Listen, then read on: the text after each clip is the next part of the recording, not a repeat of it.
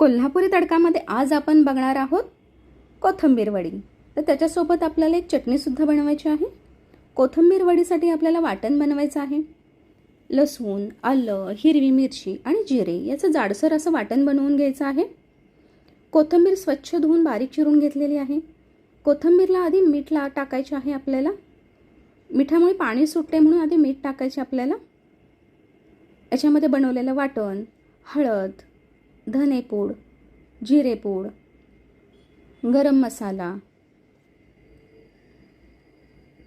मिरची पावडर, ओवा घालायचा, तीळ घालायचे आहेत आपल्याला याच्यामध्ये.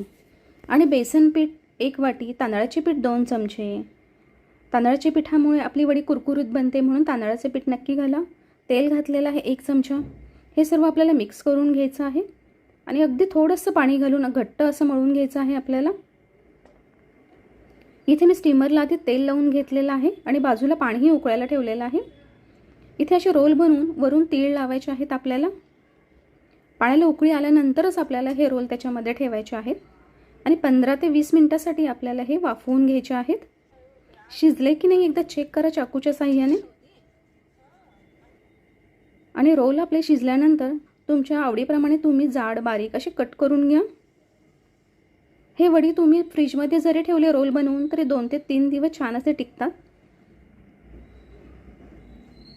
तुम्ही डीप फ्राय किंवा शॅलो फ्राय कसंही करू शकता तुम्ही. तर इथे तयार आहेत आपल्या कुरकुरीत अशी कोथिंबीर वडी. आपल्याला चटणी बनवायची आहे.